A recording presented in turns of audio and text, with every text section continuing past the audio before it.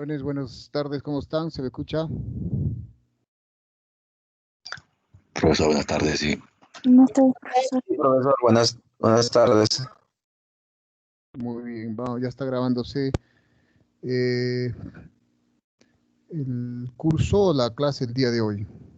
Muy bien. No sé si ha sido en este salón, la semana pasada algunas preguntas quedaron pendientes, me parece. ¿Sí? Un segundito, un segundito.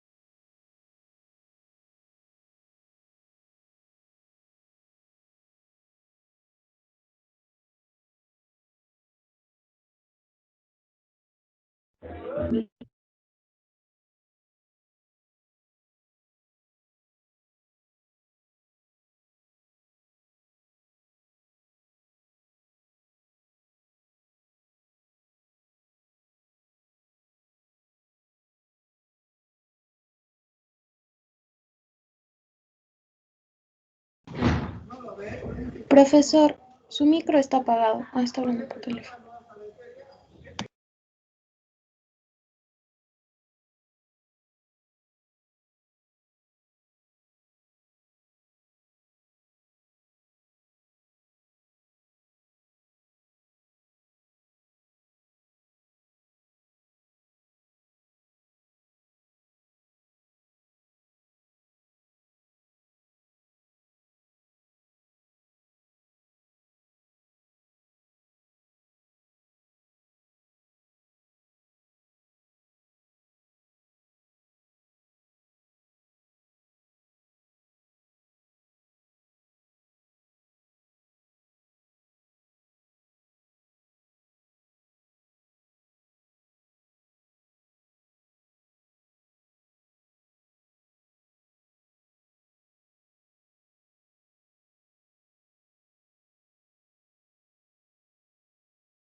Muy bien, les estaba comentando una llamadita que he tenido, bueno, era urgente también.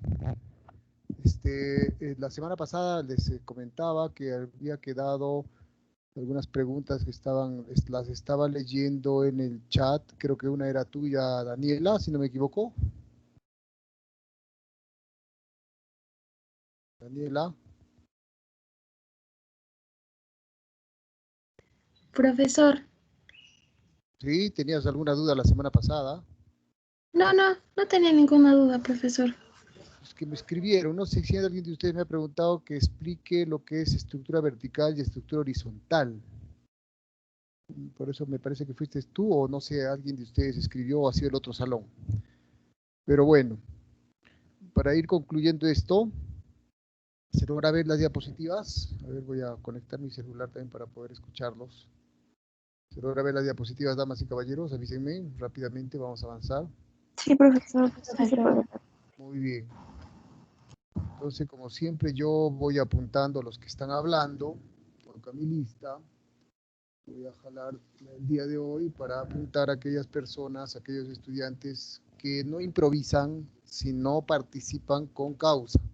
Si vamos a improvisar y levantar la mano y hablar, pues no los voy a considerar.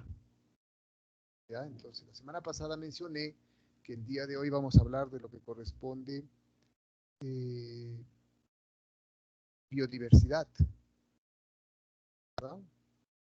Entonces, en relación a eso, les dije, traigan datos, traigan cosas, pues eso es lo que vamos a pedir el día de hoy. No sin antes también recordarles esto que hemos visto la semana pasada, que hemos discutido estos puntos que se tienen con relación a la comunidad, número de especies y su abundancia relativa define la diversidad, todo lo que ustedes están mirando en este momento en las diapositivas. ¿Sí? Y repito, tienen que escuchar bien, apuntar, interpretar, y ustedes lo han hecho la semana pasada. Obviamente no todos, han participado, ¿no? Acá yo veo 65 personas, ¿sí? Muy bien. Por ejemplo, el señor Edward Machaca, ¿está? Sí, profesor. Muy bien. ¿Qué entendiste tú por especie clave?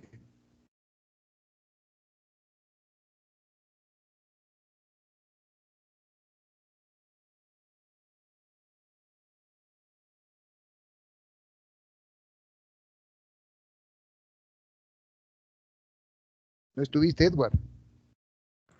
José Carlos No. Salas Sí, sí Espejo. estuve, profesor.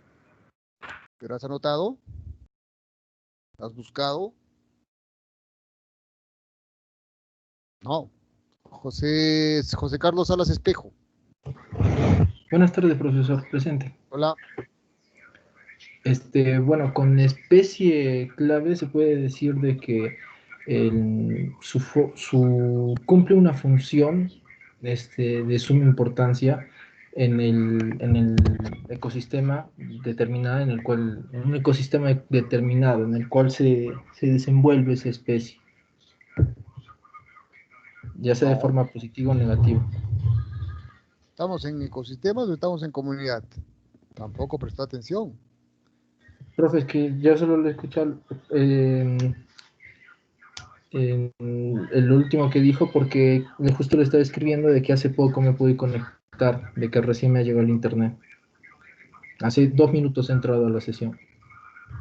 Muy bien, pero hijo, eso explicó la semana pasada. Te estoy pidiendo de la semana pasada, no de ahorita.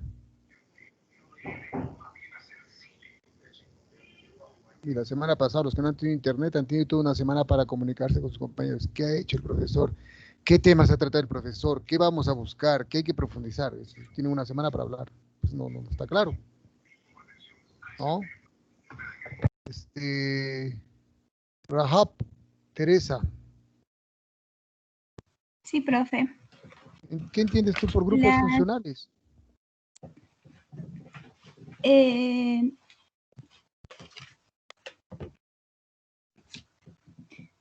A, E, I, O, U.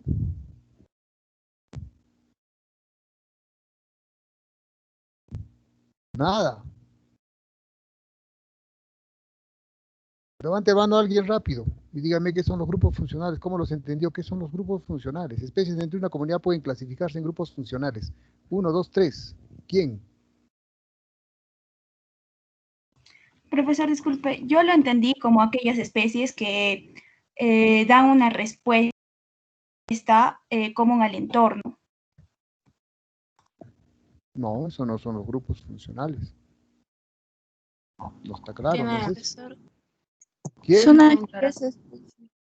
A ver, quiero ver en mi celular quiénes están interviniendo. Digan su nombre para apuntar. Rápido, 1, 2, 3. Dione Elvis, vamos. Levantó la mano. Profesor, son las especies o un conjunto de especies que tienen similitud en una comunidad. Ya. Falta un poco más. Oscar, ayuda más. Oscar Núñez, estás levantando la mano.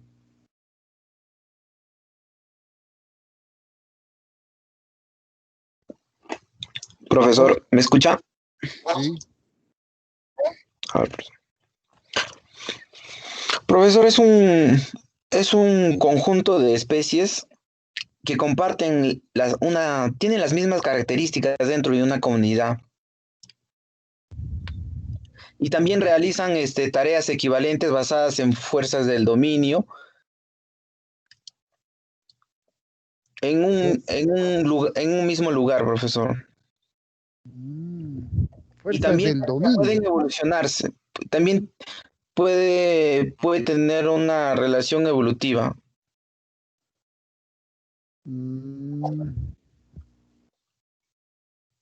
¿Alguien más? Muy bien. ¿Alguien más? Falta ahí.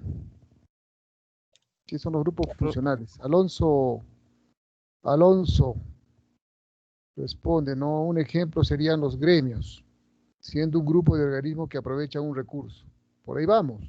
Un gremio es un grupo funcional. ¿Quién lo define ahora? Su apellido, el señor, Alonso Rivera. Lo voy a leer en el chat. Baja la mano, Oscar, para no confundirme. Díaz Lima, profesor. Díaz Lima, Alonso Díaz Lima, ya lo estoy leyendo. Muy bien. ¿Nadie más? ¿Se han olvidado? Profesor, cumplen un papel. Isabel. Sí, profesor, yo quisiera decirle que los grupos funcionales son grupos de diferentes especies, pero que cumplen una misma función. Eso vendría a ser un grupo funcional. Por ejemplo, los polinizadores se pueden conformar por un murciélago, las abejas, otros insectos, otras especies, pero su función es de polinizar y eso es lo que caracteriza. Y está bien muy relacionado a los gremios, porque los gremios también son un grupo de especies que cumplen una misma función dentro del ecosistema, como las aves frugívoras que también dispersan las semillas. Ya, por ahí vamos bien. Mencionaron más cosas. Meilín. Un grupo funcional es un grupo de especies que cumplen la misma función en la comunidad. Por ahí vamos. Meilín. Muy bien. Cristina Borcaya. Profesor, iba a decir hace un rato que cumplen un papel ecológico similar y que no importa si no son de la misma especie, son un conjunto de especies, pueden ser distintas, pero que Ya. el papel que cumplen es similar. Eso nada más, profesor. Ya, no se olviden que, como dice Meilín, Cristina, cumplen una función similar, aprovechan un mismo recurso. Por ahí va la cosa también, el término recurso. ¿Entendido? Son los grupos funcionales. Comparten muchas cosas en común.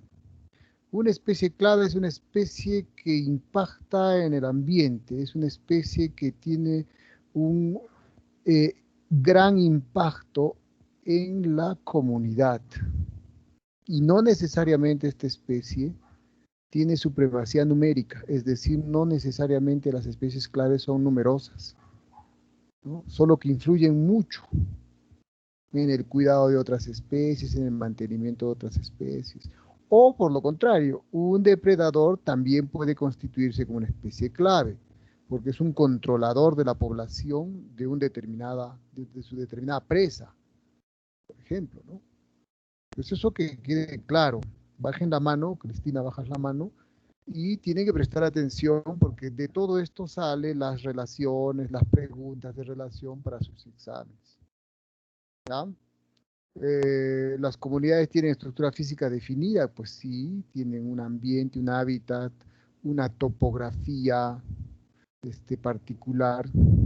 La zonación es el cambio espacial en la estructura de la comunidad, sí. A veces en otros países llaman paisaje, la tendencia europea, ecosistemas, tendencia norteamericana, americana, pues es lo mismo, o al menos se interpretaría en cierto modo de la misma manera, paisaje y ecosistema, pues nos adentramos más a ello, encontramos las comunidades bióticas, y sí sabemos que existen diferencias, al igual, y lo mencioné, al igual que en las poblaciones, hay subpoblaciones que se pueden dividir estas poblaciones en subpoblaciones para formar metapoblaciones, ¿se acuerdan? Pues aquí en la comunidad también, no es que se dividan las comunidades, sino que de acuerdo a la estructura física, que vendría a ser la anterior característica, se van generando zonas particulares con recursos propios de agua, hasta incluso con ambientes o con características climáticas particulares. De ahí vienen pues los microclimas o zonas con ciertos climas particulares donde albergan a un grupo de organismos de diferentes especies, comunidades. Eso quiere decir que están en zonación. Después dice, generalmente es difícil de definir los límites entre las comunidades y para ello a veces necesitamos ayudarnos de la estructura vertical, ¿no? Por ejemplo, estrato arbustivo, estrato arbóreo, estrato herbáceo. O esto también está definido, los límites están relacionados con la zonación, la característica anterior también. Cuando vamos aquí esta figurita, aquí, ¿logran ver esta figurita en el lado derecho? Aquí podemos nosotros explicar brevemente la estructura horizontal, miren la flecha del cursor, la estructura horizontal y la estructura vertical en un ambiente. ¿Entendido? Aquí se puede ver, dice el corte vertical, léanlo todo esto, bien interesante. Una zona de copas, una zona de copas inferior, árboles del sotobosque, arbustos, herbáceas. De las herbáceas llego al suelo. Yo puedo seguir con la estructura vertical del suelo, el horizonte O, topsoil, después viene la y así. Y en cada uno de ellos se encuentran organismos. Hay organismos que viven en un determinado sector del suelo. En la parte superior están los microorganismos, los hongos y los hojarasca, el topsoil. Si yo hablo de herbáceas, ahí hay organismos propios del sector, en arbustos también y así. Entonces, esta es la estructura vertical y esta es la estructura horizontal. La horizontal es cuando, obviamente, como su nombre te indica, yo veo un parche de matorral desértico, o veo un parche de arbusto, o veo el bosque. Ahora, en cada uno de ellos también se puede determinar, en la estructura horizontal, en cada uno de los componentes de la estructura horizontal yo puedo caracterizar la estructura vertical de acuerdo al tamaño. Y es clásico hablar de arbustos, arbustivos, árboles, arbustos y hierbas, ¿no? Los estratos. Igual que acá, miren, ¿no? Acá hay un tipo de vegetación, acá hay otro tipo de vegetación, dice pasto, herbácea mezclada, arbustos, bosque joven, bosque maduro. Entonces, esta es una estructura horizontal. En cada una de ellas se puede definir la estructura vertical, como en este caso está definida acá, zona de copas. ¿Y cuán importante es definir la estructura vertical? Porque si yo tengo, por ejemplo, o se tiene que estudiar el bosque, es importante determinar la estructura vertical, sobre todo en las primeras partes, es decir, de arriba, la zona de copas. Si ustedes tienen en la Amazonía o en cualquier bosque árboles que tienen una copa muy extensa, ¿cómo serán los organismos que están en el suelo? ¿Numerosos o no? Segunda circunstancia, cuando encuentran una vegetación arbórea donde la zona de copas no es tan extensa, deja pasar la luz, ¿cómo serán los organismos que están en la base? ¿Iguales al anterior caso? Pues no, son diferentes, ¿no? Tiene mucho que ver el hecho de que si aquí estos árboles tienen unas copas inmensas, son los primeros que toman la radiación, no dejan pasar la radiación a la base, donde están las hierbas aquí, y donde viven organismos animales también, entre vertebrados, invertebrados, y microorganismos. Entonces, esta zona, de acuerdo a la estructura vertical, esta zona de copas muy extensa, pues no permite una vida numerosa en la base, porque no pasa luz, el elemento básico que es luz. Por el contrario, si yo tengo una zona de copas que no es muy extensa y deja pasar la luz, pues en la base voy a encontrar vegetación, animales y una riqueza considerable también. Entonces, por eso es importante estudiar la estructura vertical y la estructura horizontal en las comunidades. ¿Ya? Ahora, yo les pregunto, ¿cómo ustedes pueden diferenciar dos comunidades? ¿Qué harían para diferenciar? Yo sé que los límites no son muy perceptibles, muy notorios en un ambiente donde ustedes están. ¿Entendido? A simple vista, ustedes pueden notar que hay vegetación o asociaciones, fíjense, de vegetación particular, que quizás eso les puede indicar a ustedes que se trataría de dos comunidades. Pero para reafirmar eso, ¿qué método ustedes hacen en campo para saber si son dos comunidades o es una comunidad o en cuánto se parecen estas comunidades o en cuánto se diferencian estas comunidades? ¿Qué dicen? ¿Qué harían ustedes en el campo? ¿Sería un muestreo con el índice de similitud? Yes. Yes.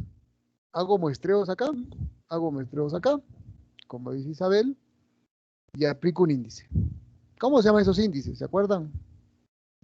Uno Similitud era de Jacquard. Jacquard y Y de el Sorensen. otro. y el otro de Sorensen. Yes. Lo han hecho ya en práctica, ¿verdad? Sí, profesor. Sí. Muy bien.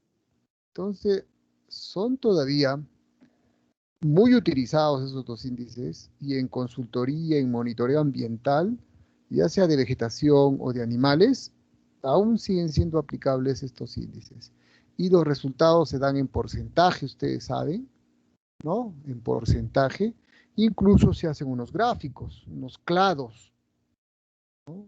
Es una especie de gráficos con ramificación y te indican allí la similitud de una comunidad con otra, o entre varias comunidades, porque tú puedes hacer un estudio de varias comunidades, ¿no? Entonces, este tipo de índice es muy interesante, muy utilizable, muy versátil, muy rápido, pero necesitas estar en el campo. Con eso, tú puedes diferenciar y dilucidar si es que estas comunidades o es una o son dos prácticamente. Entonces, ¿cuán importante es esto de los índices? ¿Ya? Y luego ustedes discutieron las dos visiones contrastadas de la comunidad, la visión de Clemens, la visión de Gleason, la individualista y la supraorganísmica, ¿no?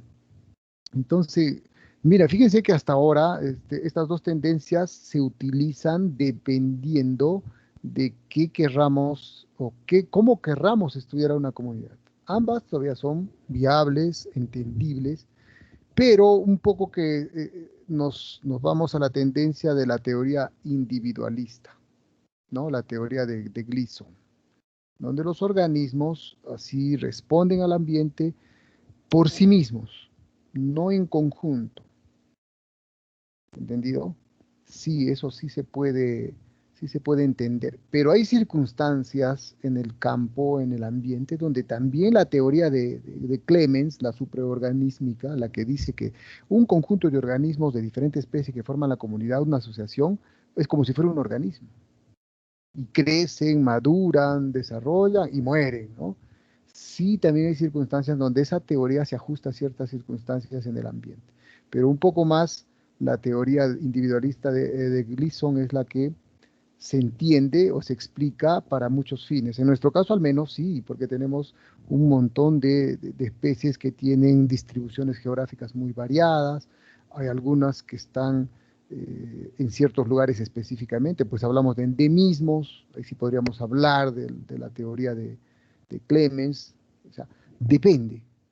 Lo que quiere dar a entender prácticamente estas dos teorías o dos visiones contrastadas de la comunidad es cómo tú interpretes, de acuerdo a los estudios in situ, en campo, cómo interpretas a la comunidad y cuán importantes son las comunidades y cuán importante es una palabra en ambas visiones. ¿Saben cuál es la palabra? Interacción. Cuán importante es la interacción en mayor o en menor grado que tienen los organismos de diferente especie en la comunidad. Y una forma de interaccionar, por ejemplo, viene atrás, donde dice los grupos funcionales. Cómo los organismos interaccionan para aprovechar un recurso común, como forma un gremio. Entonces, ¿cuán importante es la palabra interacción? ¿Cuán importante es la palabra interacción? Lo que tienen allí dice, las redes tróficas describen las interacciones entre las especies. De hecho, quién se come a quién, ¿no? El ciclo de la materia, el transporte o el flujo de energía, ¿no? La materia, el ciclo de la materia, el flujo de energía, las dos leyes de la termodinámica, las dos cadenas tróficas, las redes tróficas, la estructura que vimos basal, intermedio y el predator superior. O sea, un montón de cosas que se tienen que entender para estudiar a la comunidad. Pero una palabra clave ahí interesantísima, de hecho, que es interacciones. Interacciones, interacciones. Ya, pues eso ya lo vieron ustedes. De acuerdo a eso se pueden definir las comunidades cerradas, ¿no? Por ejemplo, de Clemens, las comunidades abiertas, de acuerdo a la visión de Gleason. Y ahí están, donde se forman los ecotonos, donde no habría ecotonos muy notorios, etc. ¿Ya? Hay especies cuyo término van a encontrarlo probablemente en la bibliografía que se llaman omnipresentes. Y sobre todo están en esta segunda visión que es la de Gleason, en la comunidad abierta. Son aquellas especies que pueden estar, y ustedes ¿cómo las van a llamar? ¿Cómo las llamarían aquellas especies que pueden estar en diferentes gradientes ambientales? El gradiente ambiental puede ser la altura, la temperatura, cualquier factor puede estar considerado dentro del gradiente ambiental. Y una especie omnipresente es aquella que puede estar, miren la flecha, ¿logran ver la flechita? Mi cursor puede estar por acá, ¿no? Como esta, por ejemplo, esta que estoy señalando, esta está por acá, aumenta su población en un determinado gradiente, disminuye, pero está presente a través de todo el gradiente ambiental. ¿Logran ver la flecha que estoy señalando yo en mi cursor? Todo esto, allí está presente esta especie omnipresente. Miren esta de acá que estoy señalando, pues está ahí, está hasta el final. ¿Cómo la denominarían también esa especie? De esa comunidad, esa especie de esa comunidad. ¿Cómo la denominarían? ¿Qué características tiene por ser omnipresente? Está a lo largo de todo el gradiente. Profe, con el prefijo euri o cosmopolita, si no. Puede ser, ¿se dan cuenta? Ahí utilizamos, como dice Martín Calienes, euri, depende del gradiente. Euriterma puede ser. Eurialina puede ser. Eurioica puede ser. ¿Y cuál es la ley que está de por medio allí para poder explicar su comportamiento, su respuesta en esta especie? Si fuera vegetal, su respuesta. ¿Cuál es la ley?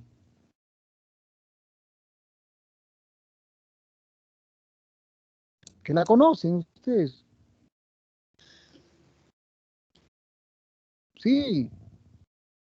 Cuando los organismos pueden soportar diferentes umbrales, amplitudes de umbrales, máximos y mínimos. ¿Cómo se llama esa ley? Pueden tolerar. ¿Es La la ley ley de... de tolerancia de Shelford? Claro, claro. Entonces ahora en mis conocimientos confluye todo eso. Y acabo de acuñar un término, ¿no? Lo pueden encontrar en los libros, está en inglés y en castellano, como especies omnipresentes, aquellas que tienen soporte, ¿no? O sea, soportan, toleran diferentes condiciones de acuerdo a un gradiente ambiental, como estoy aquí. Sin embargo, en la explicación superior que está en la comunidad cerrada, no, porque se dan cuenta, hay especies que tienen, de acuerdo a un gradiente ambiental, tienden en llegado un momento a aumentar el tamaño de su población y descienden, pero no tienen esa omnipresencia desde aquí hasta aquí.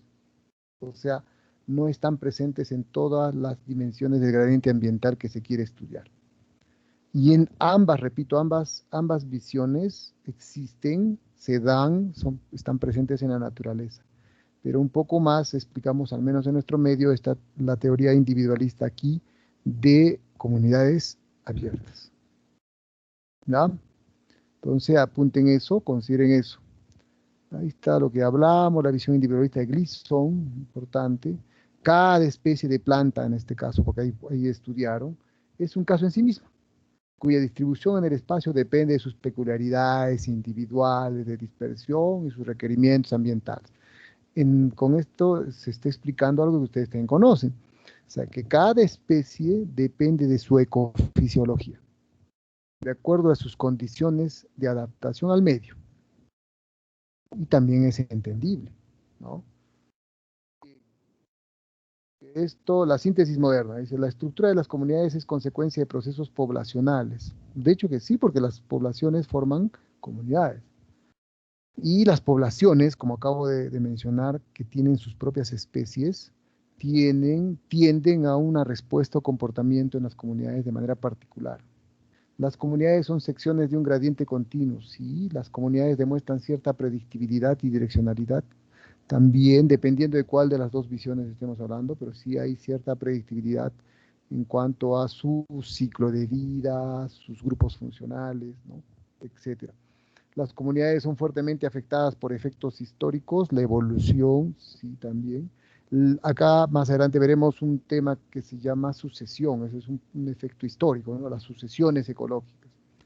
Y dice, las comunidades son dinámicas, hay un dinamismo, igual que la dinámica poblacional, de aumento y disminución, por ejemplo, en el tamaño poblacional o en el tamaño de individuos, en la abundancia de los individuos, mejor dicho. Eso también sucede en las comunidades y frecuentemente influenciadas por disturbios. De hecho que sí, si hablamos en poblaciones que existen disturbios, existen eventos que pueden ser al azar, como ustedes ya saben, estocásticos, pueden ser ambientales. En este caso, las comunidades también se ven afectadas por estos efectos que pueden ser estocásticos ambientales.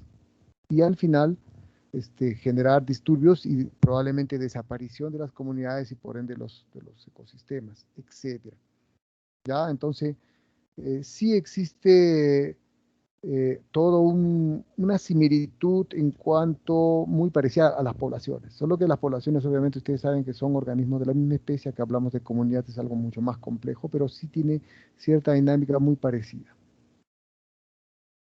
Los de la comunidad ya los conocen, composición específica, especies que conforman una comunidad, la riqueza ya saben, número de especies que conforman la comunidad, abundancia relativa, pues ya lo vimos la vez pasada, ¿no? La abundancia de una especie respecto a las restantes, que se expresa en porcentaje, ¿no? Se puede expresar en términos de abundancia, perfecto, de individuos, de cobertura si no los puedo contar. Por ejemplo, si yo estoy hablando de organismos vegetales que no puedo contarlos uno por uno, ejemplo, aquellos organismos vegetales que tienen rizomas, es decir, que tienen tallos subterráneos, como el pasto, el junco, ¿no? Entonces no puedo contar, no sé si es un organismo o dos organismos, entonces mejor cobertura, ¿no?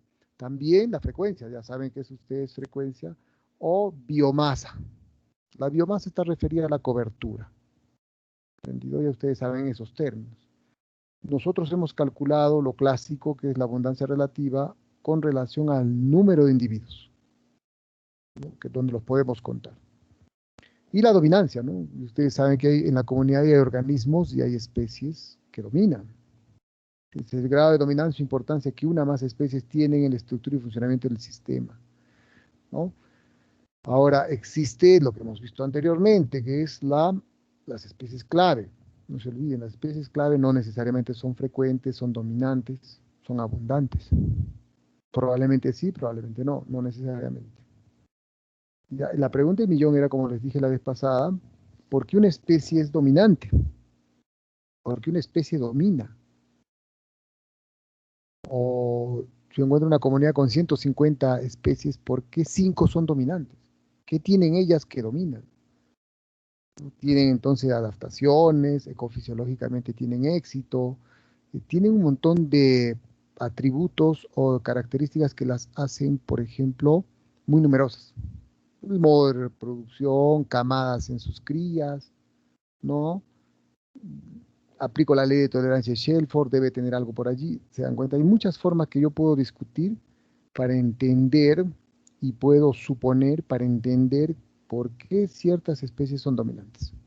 Y eso obviamente por lo que yo cuento en mis muestreos y cuando aplico, no se olviden, cuando aplico índices.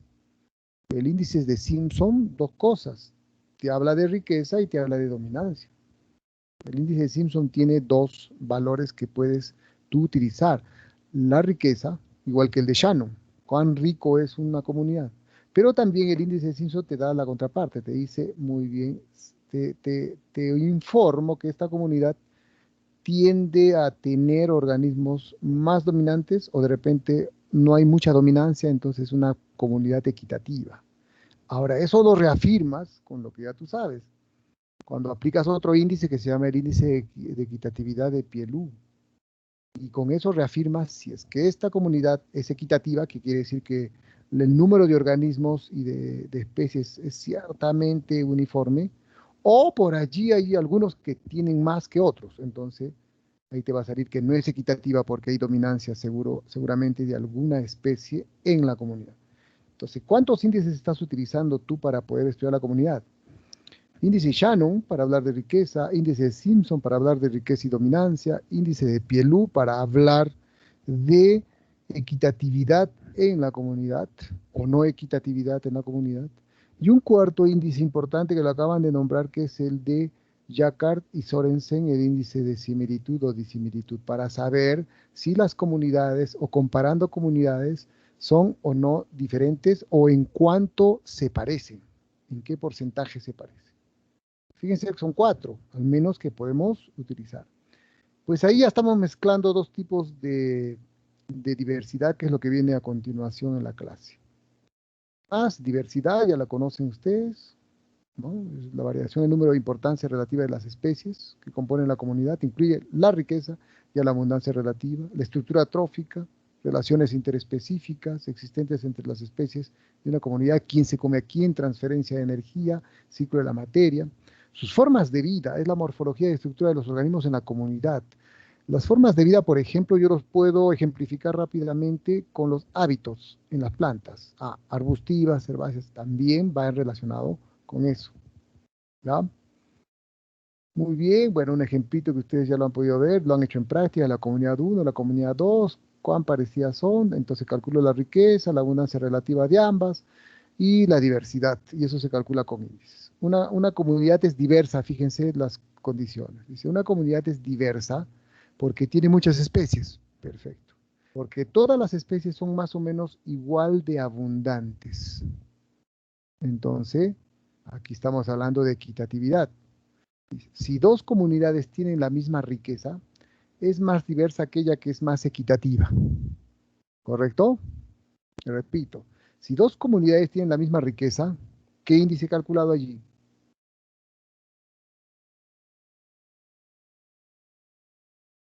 Si dos comunidades tienen la misma riqueza, ¿qué índice he calculado para cada una?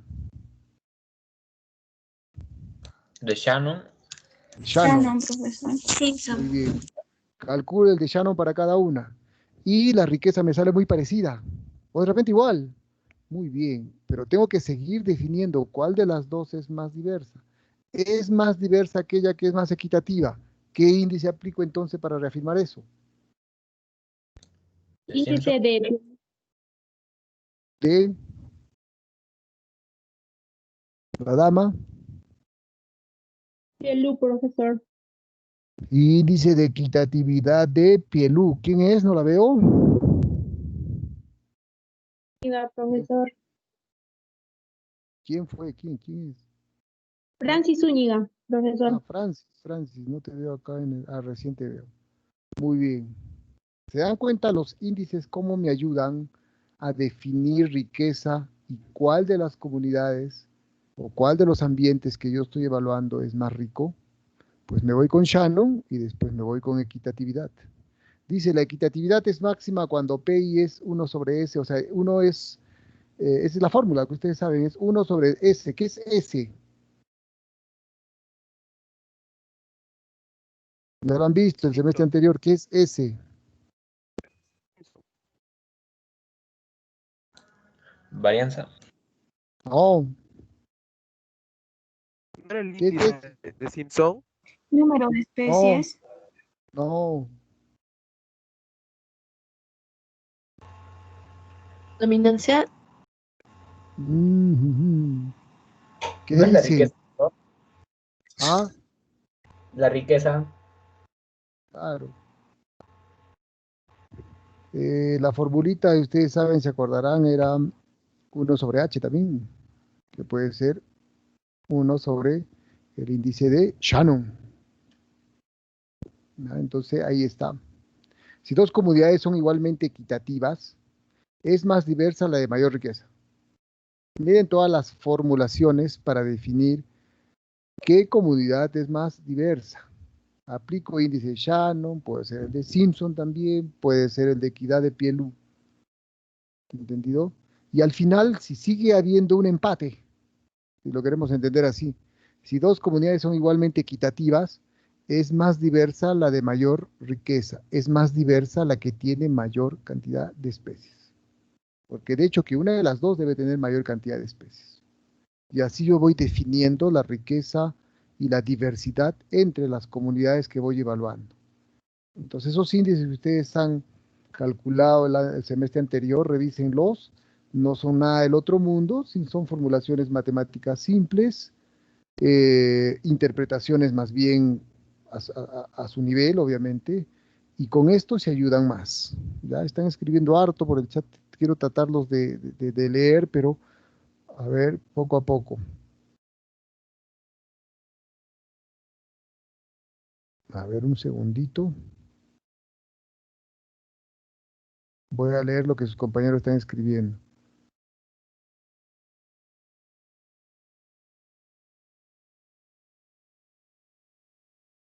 Por ejemplo, el señor Jorge Andrés Chirino, ya lo leí. Franco Persi, Andrade Chávez, dice, profesor, una especie puede ser dominante porque consumen una mayor parte de los recursos, por lo que contribuyen con más productividad, por ejemplo, mayor biomasa.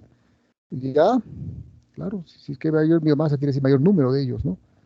María Los Ángeles Huanca dice, profesor, una especie puede ser dominante cuando ejerce mayor competitividad y es influyente en la formación y composición de su comunidad. Ya, pero cuidado con ese concepto que también se ajustaría a una especie clave. ¿Ya? Hay que meter allí temas de su reproducción, número de individuos, distribución, soporte o tolerancia a ciertos factores, tantas cosas que puedo yo utilizar. Bueno, como ya ves, ustedes lo han visto ya en la práctica, el profesor les ha enseñado con me imagino dos cuadrículas que les ha dado, si no me equivoco, y ustedes han comenzado a ejercitar y calcular el índice de Jacquard-Sorensen, ¿no? El índice de Simpson ya también lo conocen para lo que es riqueza y dominancia. El índice de Shannon-Wiener también ya lo conocen, ¿cierto? Y se acabó. Esto básicamente es hablar de la comunidad de manera general. Lo que vamos ahora a detallar es un atributo importante de las comunidades, es su riqueza, ¿no? Un atributo es la riqueza de las comunidades, es importante, y dentro de la riqueza pues hay que hablar de la diversidad y la biodiversidad, que nos lleva a la clase el día de hoy rápidamente. Entonces van ustedes también participando conforme vayamos avanzando. ¿Entendido? ¿Qué es biodiversidad? ¿No? Edward Wilson, un biólogo especialista en insectos, es un entomólogo, trabajó muchos años con hormigas, es un descubridor de hormigas, un investigador del comportamiento en las hormigas, es muy, muy reconocido, Edward Wilson, y es quien acuñó prácticamente el término, ¿no? Que en primera instancia era diversidad biológica, que igual biodiversidad o diversidad biológica. Viene a ser obviamente lo mismo, ¿no? Con ocasión de la celebración del primer foro sobre la diversidad biológica, organizado por la National Research Council of America en el 86. Desde allí prácticamente el término se viene utilizando de manera muy, muy generalizada y hoy en día es muy entendible. Definitivamente que sí. ¿Ya? Ajustar acá los términos. A veces utilizamos mal el término, decimos la biodiversidad de peces. Vamos a hablar de la biodiversidad de organismos. Nos rascamos la cabeza, estamos redundando. O utilizo el término diversidad de peces, la diversidad de aves, la diversidad de hongos, ¿no? La diversidad humana en general, o simplemente biodiversidad, ¿no? La biodiversidad o la diversidad biológica.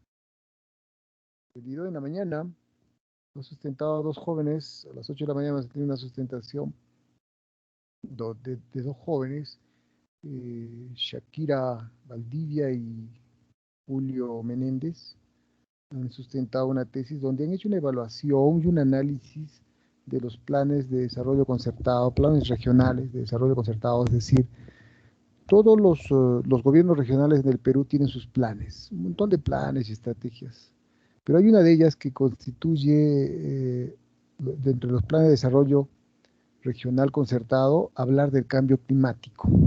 Y ellos han hecho un análisis, han hecho si no me equivoco, de 13 regiones del Perú, han hecho un análisis de los documentos, es decir, cada región presenta documentos y el Ministerio del Ambiente los revisa y les da ciertas apreciaciones. Todo con referencia al cambio climático. Pues han hecho un análisis bien riguroso, una tesis de 232 hojas, y han leído bastante los documentos los chicos, y han aplicado una técnica. Hay técnicas para analizar documentos. Y dentro de esas técnicas para analizar documentos relacionados con el cambio climático se desprenden un montón de rubros.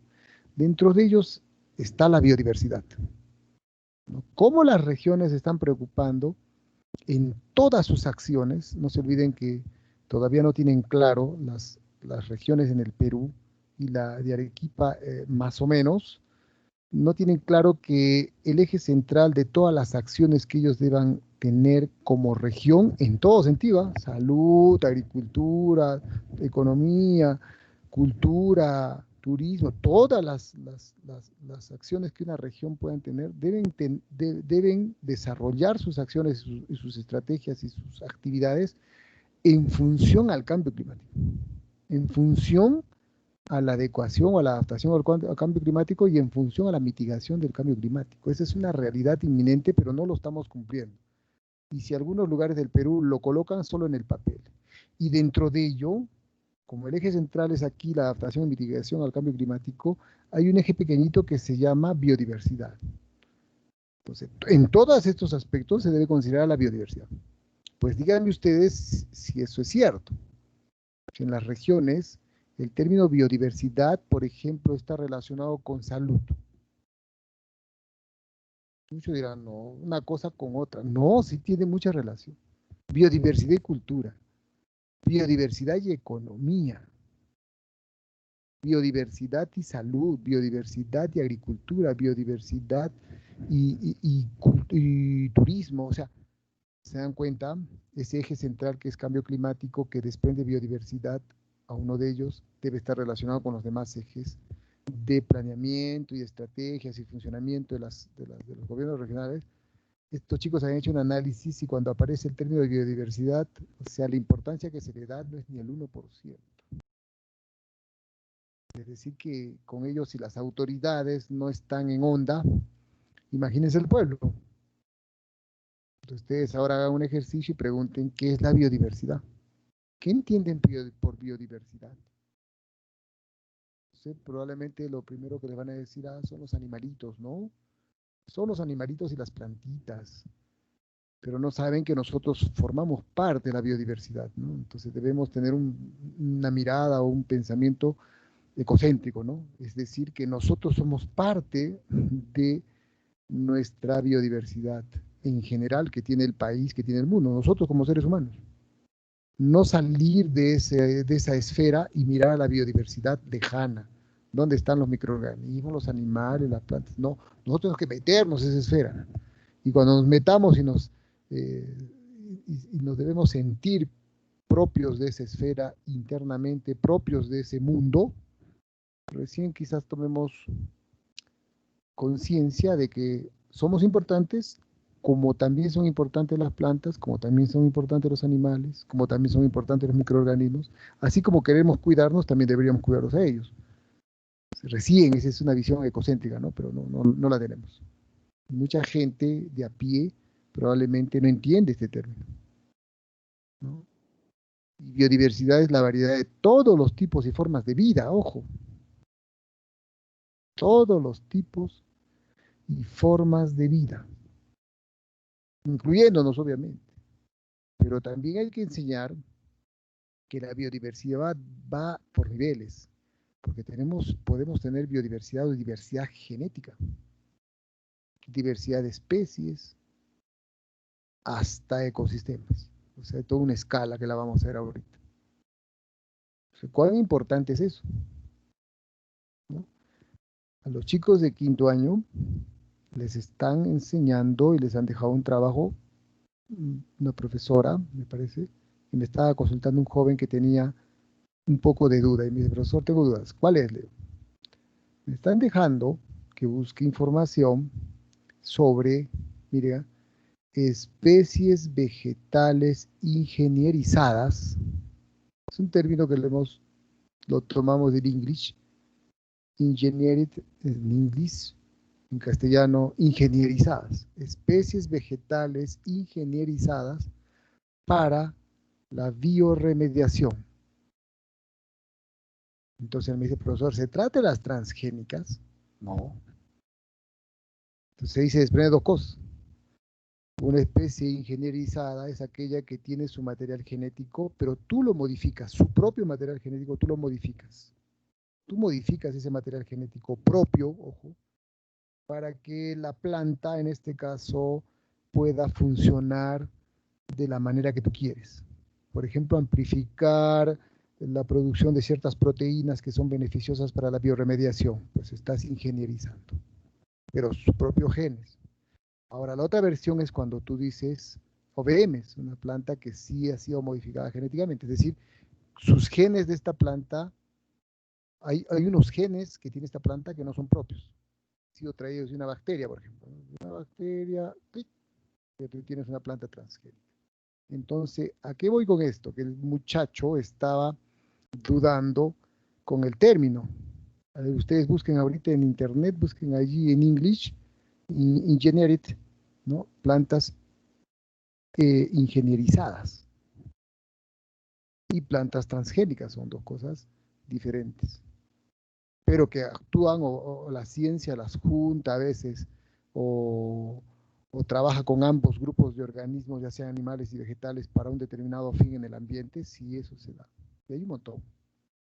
Entonces, por ejemplo, aquí en el Perú, sí se está trabajando de esa manera, o sea, no con transgénicos, sino con ingenierizar a las plantas, por ejemplo, de manera técnica, es decir, donde el ser humano lo hace, o induciendo, generando cruzas, características, eso se llama haciendo cruzas, cruzando a los organismos, haciendo que se reproduzcan entre ellos, pero dependiendo lo que yo quiero. Estoy manejando yo los genes o el material genético y la respuesta en la cebada, por ejemplo, como lo hizo la Universidad Agraria, ¿no? Comenzó a hacer cruzas de muchas variantes de cebada hasta encontrar lo que ellos querían. ¿Cuál es?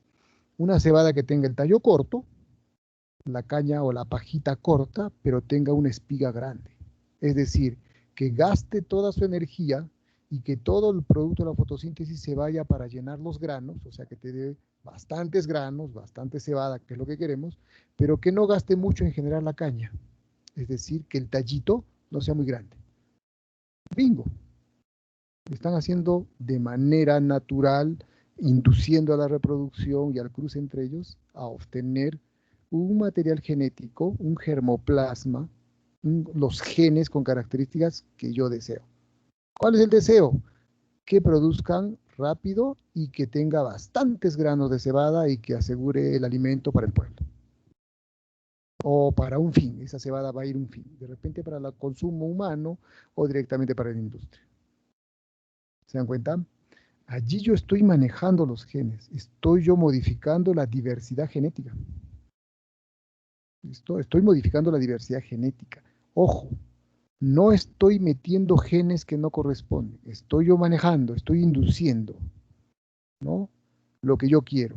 Y eso sí se hace en el Perú y se hace en las universidades. La Universidad Agraria lo hace con cebada, lo han hecho con papa, lo han hecho con maíz. ¿Entienden? Entonces eso, estamos modificando la diversidad genética. Ahí está. ¿Entendido? Otra cosa es la diversidad genética, alterarla, es decir, traer un gen que no le corresponde, un transgénico. Ahí sí estamos alterando la diversidad genética de una determinada especie. Ahora, nosotros tenemos una moratoria que está planteada para el 2035. Pues en el camino habrá que discutir muchas cosas. Escuchen a bastantes especialistas que están dando webinars, pero a los verdaderos, acerca de los pros y contras de los transgénicos en el Perú. Si es viable o no, o es recomendable esperar hasta el 2035, tener hasta el 2035, o hay una tendencia de científicos peruanos muy reconocidos en indicar la presencia de transgénicos en el Perú, pero no para generar alimentos específicamente, sino para contrarrestar plagas. O sea, generar plantas transgénicas para que resistan a las plagas. Porque si no vamos a permitir transgénicos en el Perú, perfecto, pero las plagas se van a comer tus cultivos. Y ahí hay una tendencia en aceptar o querer aceptar o impulsar la aceptación de los transgénicos para ese fin. 2. Si ustedes buscan la bibliografía, no hay ningún artículo científico, como lo indica la doctora Orjeda, que ha sido presidente del CONCITEC, una destacada científica peruana, Orjeda, indicando que no hay ningún artículo científico que determine alteración a la diversidad. Es decir, que cuando tú traigas un transgénico, altere la diversidad a otros organismos, que se crucen, que el polen, no hay ninguno. Incluso yo estaba escuchándola a la doctora y mencionaba, ¿no? Nosotros sacamos mucho el pecho por la papa, sí, tenemos más de 4.000 variedades de papa, 5.000 incluso, dicen allí en el Instituto de la Papa del Perú, el Centro Internacional de la Papa, el CIP, en Lima. Sin embargo, hay una papa que consumimos mucho nosotros, cuyos genes no son peruanos. Tiene genes, si no me equivoco, la canchán, si no me equivoco. Es una papa que consumimos mucho, no estoy seguro si es la canchán, lo voy a verificar, donde comemos mucho esa papa. Sin embargo, en el análisis genético tiene genes, muchos genes, de una variante chilena, que es la papa chiloé. ¿Me entienden? Entonces, a veces sacamos pecho y decimos, oh, la papa peruana, sin embargo, estamos comiendo papa cuyos orígenes no son peruanos, son más abajo. Y todavía está la tendencia de la papa norteamericana, que si nuestra papa la hemos domesticado 7.000 años y hemos modificado naturalmente su diversidad genética, sus genes y su expresión, hasta lograr que la papa no sea amarga, y sea comestible y sea rica, para eso han pasado 7.000 años. ¿Entienden? Y nuestros antepasados han sido sabios, pues han hecho eso, cruzas. Y si no han hecho cruzas, han llevado a la papa a diferentes gradientes altitudinales para que estos vegetales expresen sus genes para esas características, para esas condiciones ambientales y expresen características que luego sean agradables, es decir, me la pueda comer. Porque la papa en sí, la papa originaria, es un tubérculo, es un tallo subterráneo amargo, no se puede comer. Pero a través de los miles de años, nuestros antepasados, tiahuanacos, andinos, altiplánicos, han mejorado las variantes y han generado un montón de variantes, fíjense, más de 5.000. Pero también hay una que está, les dije, en Norteamérica, que de acuerdo a los estudios tiene 11.000 años, o sea, sería más antigua que la originaria andina que nosotros decimos de 7.000 años. Pues entonces ahora yo puedo decir, o los norteamericanos pueden decir, no, la papa se originó en Norteamérica, porque es más antigua, tiene 11.000 años, y la que ustedes tienen en Sudamérica, y la que tienen entre Perú y Bolivia, tienen 7.000. Y ahí viene la controversia. ¿No? ¿Se dan cuenta? O sea, cuán importante es la biodiversidad y la diversidad, mejor dicho, genética. La diversidad genética. Y mantener esos genes. Y ustedes saben que hay en Noruega, hay un búnker donde se están guardando las semillas, se está guardando el germoplasma de muchas plantas del mundo. Por si hubiera una catástrofe mundial, pues de allí saldrán las semillas botánicas y semillas vegetativas. Semilla botánica es aquella que produce la flor cuando termina su ciclo, o la semilla vegetativa es, por ejemplo, la papa, que es un tubérculo, es un tallo, que también puede generar un organismo. Semilla botánica y semilla vegetativa. Allí se están guardando. En el Perú seguimos estudiando, y en el Perú se modifica la papa. No con transgenia, sino se modifica con cruzas. Depende qué es lo que tú quieres, para dónde la quieres, qué características quieres, ¿no? Incluso el propio ambiente ha modificado la papa, porque el ambiente y las condiciones ambientales modifican el genotipo, modifican la expresión. Y eso es natural, y eso ha sucedido durante miles de años. Y mantener eso es bueno, es muy bueno, ¿no? Mantener los genes y la expresión, y que sea la naturaleza quien se encargue de modificarlo y de expresar un fenotipo, una característica nueva, es la naturaleza. Nosotros cuidemos nuestros genes. Porque si cuidamos los genes, estamos cuidando los organismos y estamos cuidando, por ende, a los ecosistemas. ¿Ya? Tenemos más de 25.000 especies de plantas, de hecho que hay más, se seguirán descubriendo, se siguen descubriendo año a año, y seguiremos sumando. Como les dije, Colombia puede llegar a más de 40.000. Entonces, Colombia es un boom. Colombia es un país muy rico. Colombia me gustaría conocerlo algún día, ¿no? Hay un lugar en Colombia, es el lugar más rico prácticamente del mundo. Entonces, Colombia tiene más aves, Colombia tiene más plantas, tiene más cosas pero nosotros estamos seguros, de acuerdo a los investigadores y lo que decía el visionario Antonio Bragg, que ya falleció, pues si nos dedicamos a investigar más y a encontrar más especies, podemos llegar a ser uno en el mundo. Y él mencionaba 2 países en el mundo. Mencionaba a Perú y mencionaba a China. Que si hubiera una catástrofe, esos 2 países salvarían al mundo, ¿no?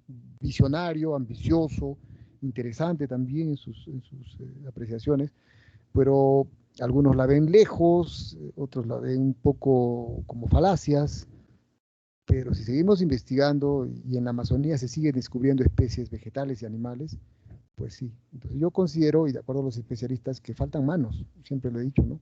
Faltan más, mucho más recurso humano que se encargue del estudio y el descubrimiento y el entendimiento de los organismos, y seguiremos sumando, y sí podemos llegar a ser no el país número 7, sino el país número 1, 2, 3 en el mundo, ¿no? Probablemente. Tenemos, miren la cantidad de especies endémicas, ¿no? Con más de 5.500, solo están en el Perú. Y las variaciones bioclimáticas importantes. La corriente peruana es cuán importante, cuán influyente es esa corriente fría que tenemos, que va de sur a norte, y la famosa cordillera de los Andes, que permite que los ciclos biogeoquímicos sean muy interesantes y favorables para el crecimiento y el engrandecimiento de la biodiversidad. Este mapita se presenta en el año 2000. En el año 2000, Meyers es un investigador con otros más, ¿no? Y presentan los famosos hotspots para el mundo. Desde el año 2000 persiste este mapita y hace poco nuevamente lo han publicitado, este mapita, lo tengo por ahí el artículo ahorita, se los voy a copiar en el chat antes de que me vaya, me hacen recordar, para que lo vean. ¿Ya? Donde hacen una referencia que aún siendo muy antiguo, digámoslo así, muy antiguo no tanto, 20 años, sigue persistiendo esa visión que tuvieron y ese estudio que tuvieron hace años un sinnúmero de investigadores, bastantes investigadores, dentro de ellos comandados por Myers, que es el que aparece primero en la publicación, donde están los puntos calientes, ¿no? En el neotrópico, que abarca el 2% de la tierra firme.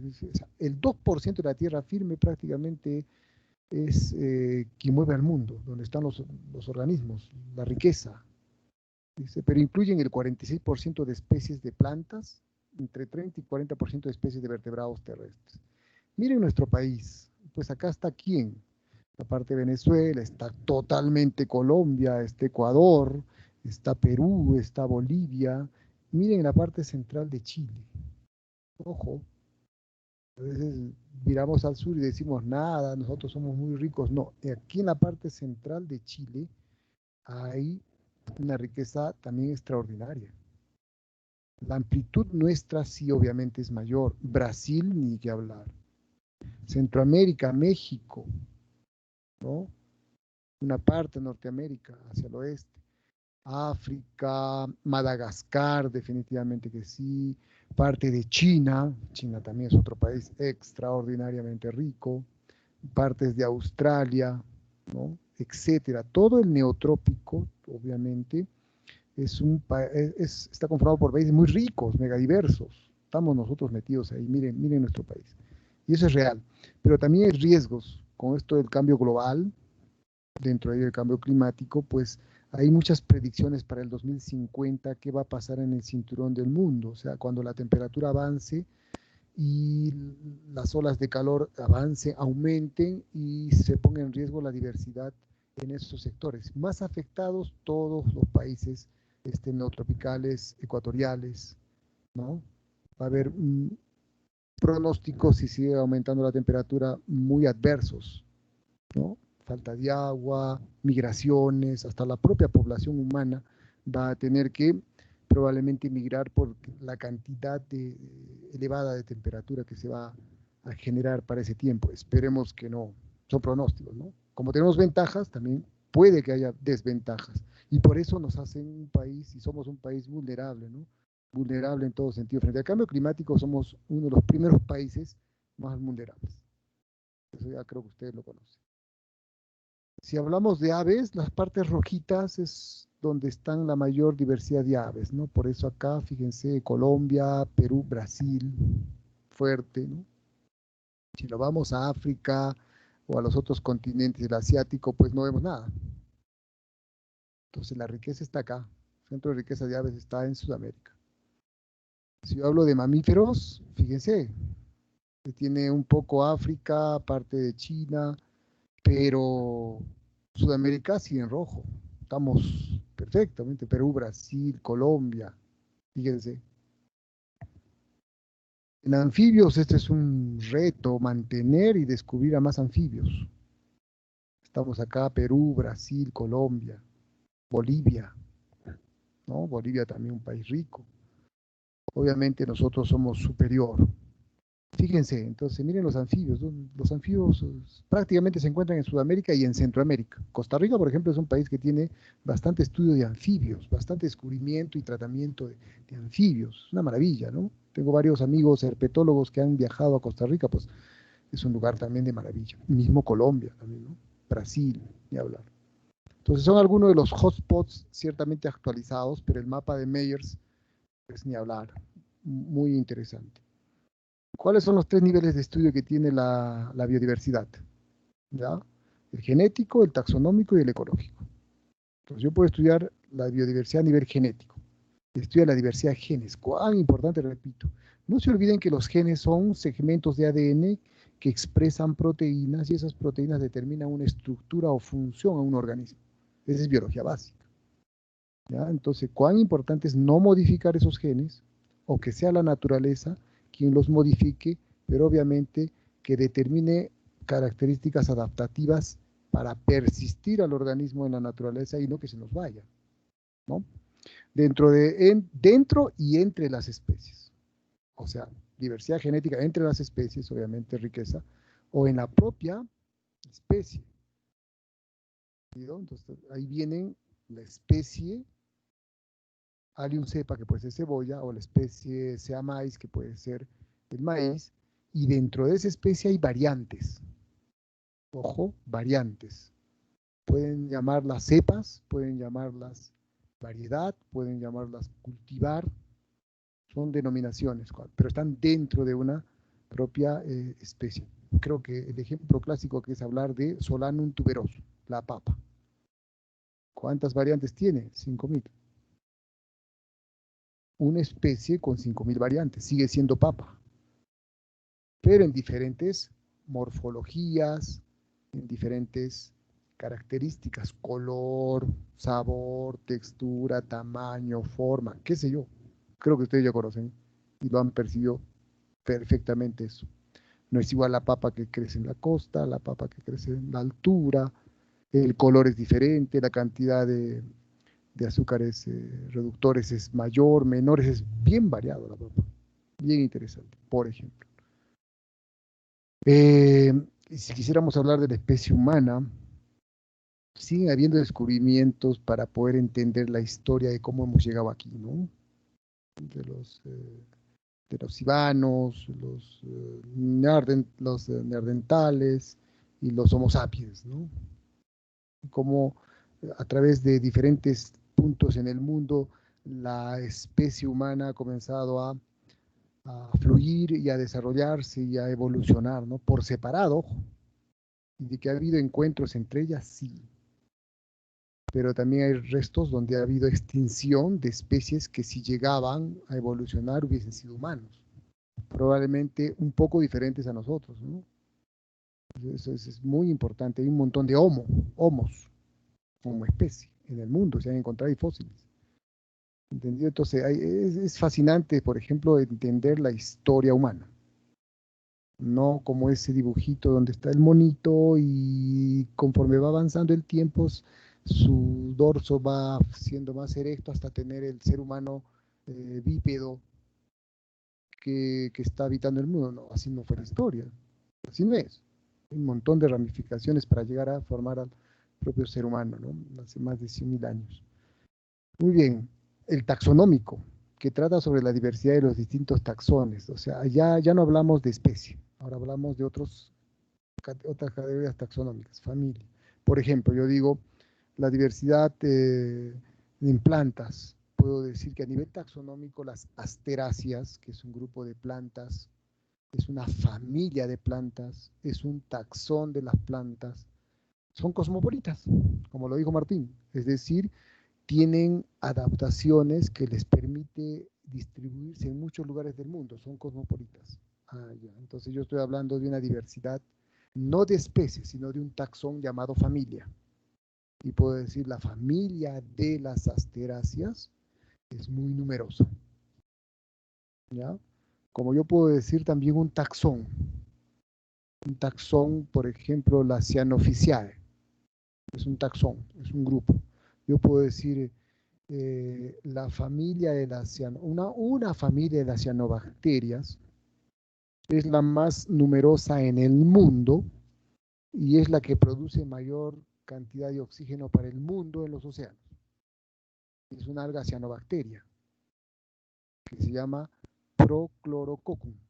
Es una alga microscópica, ciertamente unicelular, es la más numerosa del mundo, es la más abundante en los océanos, es la que produce el oxígeno prácticamente que mueve al mundo.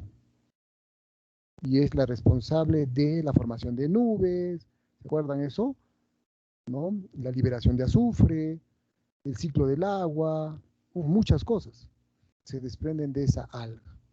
Entonces yo puedo hablar de la especie como taxón, la diversidad de esa especie, o la diversidad de su familia, o la diversidad de su género, o la diversidad de su orden. Su orden se llama clorococales, por ejemplo. Yo no los quiero marear con nombres. Estoy dando a entender que la biodiversidad no solo la puedo especificar por especies, sino también por otros taxones superiores o categorías superiores.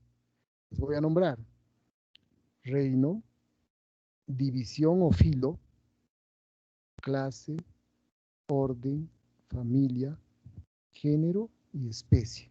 ¿Cuántas he nombrado? 7. Otra vuelta. Reino. División o filo. División si son plantas, filo si son animales. Están al mismo nivel. Segundo. Clase.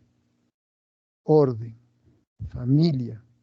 Género y especie. ¿Cuántas categorías taxonómicas he nombrado? Y en cada una de ellas yo puedo hablar de su riqueza o su diversidad. 7. Entonces la taxonomía se encarga de también poder entender la diversidad o la biodiversidad en cualquiera de esas categorías. Una buena pregunta. ¿Cuál es el reino más numeroso del mundo? ¿Cuál es el reino más diverso en el mundo?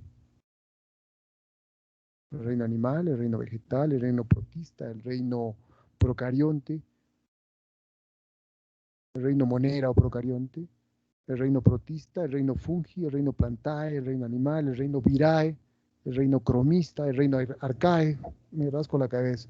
De hecho que vamos a empezar a mencionar que los más numerosos estarían empezando por los inferiores, es decir, los procariotes. Podríamos hablar de los monera, microorganismos, bacterias y cianobacterias. ¿Se dan cuenta? Entonces, si ustedes han hecho una averiguación así en ciencia básica, ¿cuántas células tiene un organismo en promedio? Y en un organismo, en este caso yo, su profesor, ¿cuántas células tiene mi organismo? 1,70 m. ¿Cuántas células tiene mi organismo? Billones. ¿Cuántas bacterias tiene mi organismo?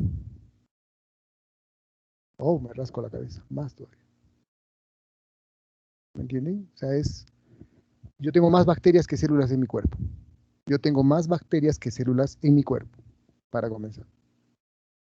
¿Me dan cuenta? Entonces, estoy hablando de millones, billones y trillones de organismos. Y el nivel ecológico ya es superior. Dice, el nivel ecológico que investiga la variedad a un nivel superior de organización como son los ecosistemas. Hay también diversidad de ecosistemas y nosotros somos ricos en diversidad de ecosistemas. Podemos asemejarlos a las zonas de vida. 117, ¿cuántas tiene el Perú? ¿Cuántas tiene Arequipa? Arequipa tiene el 30%, por ejemplo, de las zonas de vida del mundo. Un litoral amplio. ¿Cuántas tiene Cusco? ¿Cuántas tiene Moquegua? ¿Cuántas tiene el Perú? A nivel ecológico podemos hablar también de diversidad de ecosistemas. Lo que ven al lado izquierdo es el maíz, lo que ven al lado derecho es el tomate. Y el maíz, pues oriundo de México, pero La historia puede ir cambiando a través del tiempo. Podríamos decir que quizás fue México, pero obviamente la adaptación de este cultivo al medio fue mejor en Sudamérica que en Centroamérica. En México está el teocinté, es un maíz pequeñito, el originario del maíz. ¿Cómo llegó el maíz acá? Pues muchas historias, la historia diría, ¿no? Indica que nosotros éramos ricos en oro y ellos eran ricos en cacao y en maíz, pues intercambio, ¿no? Vienen, te dejo el maíz, vinieron, dejaron el maíz y se llevaron oro. Así habrá sido el intercambio a través de los años. Ahora, el maíz aquí, con nuestros ancestros, unos capos en agricultura, pues generaron una variedad extrema de maíz. No tenemos más de 52 ecotipos, si no me equivoco, de maíz. 53, si no me equivoco. Solo yo indicarles que biológicamente cada granito es diferente del otro. Es decir, si ustedes ven este marlito de acá, que tienen granitos de diferente color, o este marlo que ven aquí que estoy señalando, que tiene los granos de un color, de un mismo color ciertamente uniforme, no quiere decir que todos estos granos sean lo mismo. Este grano que está aquí con el de costado, si tú lo plantas, tienen diferentes respuestas.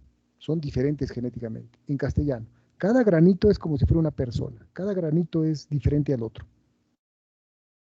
Acá existe una diversidad en los granitos. El granito es un fruto y semilla a la vez. Repito, el grano es un fruto y semilla a la vez del maíz. ¿Entendido? Entonces, imagínense la variedad. En un solo marlo, tú cuenta cuántos granos hay, cuenta cuántos individuos diferentes hay, para un mejor entendimiento. Si este marlo tiene 80 granos, tú tienes 80 individuos diferentes. No son igualitos. Es una maravilla, ¿no? Si solo acá en Cabanaconde hay 15, 16, si no me equivoco, variantes de maíz cabanita. No es solo uno. Cuando vas al mercado, dices, quiero maíz cabanita porque es blandito. Quiero el chulbi porque es rico, durito. Ya está. Pero dentro de ellos hay más variedades. Muchas más, incluso que de hecho ni estudiadas, seguro están. O los agricultores, los ancestros o los actuales agricultores que se están dedicando al cultivo orgánico sin pesticidas, sin agroquímicos, ¿qué variantes nada más estarán encontrando o generando ellos sin saber, probablemente haciendo cruces? ¿No? Entonces, otro mundo. El tomate ni hablar. Nosotros recibimos aquí tomate, el tomate bala, el tomate largo, que ustedes compran, ese sí es andino, ¿no? Es nuestro. Ya el tomate bien bonito, con sus hojitas por acá, que vienen a ser los sépalos, pues muchos de ellos ya no son peruanos, son extranjeros que han traído mejorados. Incluso en Norteamérica, en otros países hay tomate transgénico, ¿no? que permanece más duro rojo y más duro en el mercado. El nuestro, después de un tiempo, se vuelve blandito. Entonces el tomate también es nuestro. Y así tenemos, por ejemplo, organismos que han llegado al Perú que se llaman endemismos culturales, es decir, que nosotros lo hemos traído y los hemos cultivado y nos ha ido muy bien. El haba, por ejemplo. El haba no es peruana, es de Medio Oriente. La cebolla también, el ajo también no son peruanos, pero se han adecuado tan bien a nuestro medio que somos uno de los países que produce cebolla, haba, frutales, a uno. ¿Se dan cuenta? Pero muchos de ellos no son peruanos. La papaya en la Amazonía no es peruana, pero se cultiva, ¿no? Entonces hemos introducido muchas especies disimuladamente, pero no nos damos cuenta. Estamos pensando en la liebre europea, en otras especies que están siendo introducidas y causando estragos en los ecosistemas, sí, pero hay muchas especies vegetales que están llegando de esa manera, pero no son peruanas, pero las comemos. Esas son introducciones, no son invasoras, son una introducción, sea un endemismo cultural para cultivarlas. Papayas, tenemos ajo, cebolla, haba, un montón de plantas, ¿no? Muy bien. No sé, ya me pasé, creo. Muy bien, la unidad de estudio de la biodiversidad, por excelencia, obviamente, es la última categoría taxonómica. ¿Cuál es la última categoría taxonómica? La especie. ¿Se acuerdan que mencionamos 7? La última categoría es la especie. Con la especie ya ustedes saben, podemos calcular la riqueza, podemos generar un montón de cosas, ¿no? Calcular diversidad, dominancia, un montón de cosas. La especie es la base. Tal es así que a menudo se asocia biodiversidad con el número de especies en una región. Pero métanse en la cabeza que la biodiversidad, tres fundamentales niveles: genético, de especie o individuo, y ecosistemas. Ese es el camino. ¿Ya? No solo hablar de biodiversidad, número de especies de plantitas, número de especies de animalitos. No, biodiversidad también es hablar de genes, lo que no ves. Y ese mantenimiento de esos genes es muy importante. Ya lo hablé. Muy bien, entonces las disciplinas nos vamos a quedar aquí. La siguiente clase continúo con las disciplinas que estudian la biodiversidad. La taxonomía, la filogenia, la ecología. Componentes de la riqueza que lo conocen, la vida en número, la biodiversidad escondida, amenazas. A ver si la siguiente semana hablan un poco de amenazas. No sé si alguien en los minutos que restan, que son 4, quieran decir algo en relación al tema, han traído algo, porque será también la tarea. ¿Se me ha escuchado, jóvenes? Se me ha caído mi lista. Sí, profesor. Muy bien, ¿qué han traído? ¿Nada?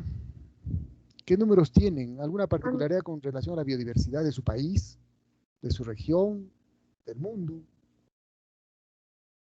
Sí, profesor, yo quería decir de que primero empezar sobre los países megadiversos, que estos son 17 países que juntos contienen más del 70% de la biodiversidad del planeta y Perú es uno de ellos. Excelente. Perú es uno de ellos. Sí, somos el primer país en diversidad de mariposas, con 4.441 especies, el tercer país en aves, con 1.857 especies, el sexto en mayor riqueza de reptiles del mundo, con 469 especies, el cuarto en mamíferos, con 559, el tercero en anfibios, y tenemos 1.141 especies de peces continentales. Y así hay más datos muy interesantes en nuestro país. A ver si traen, para la siguiente clase buscan el anuario, es decir, anualmente cuántas especies en el Perú, fíjense, cuántas especies en el Perú se han descubierto en el 2019, en el 2018. Hay anuarios, salen los consolidados. Por ejemplo, yo les voy a mostrar esto que hasta hace poco lo hemos logrado, bueno, yo lo he posteado por el Facebook. Hasta hace poco se ha encontrado, al menos acá en la región, por ejemplo, ¿no? ¿Logran ver esto?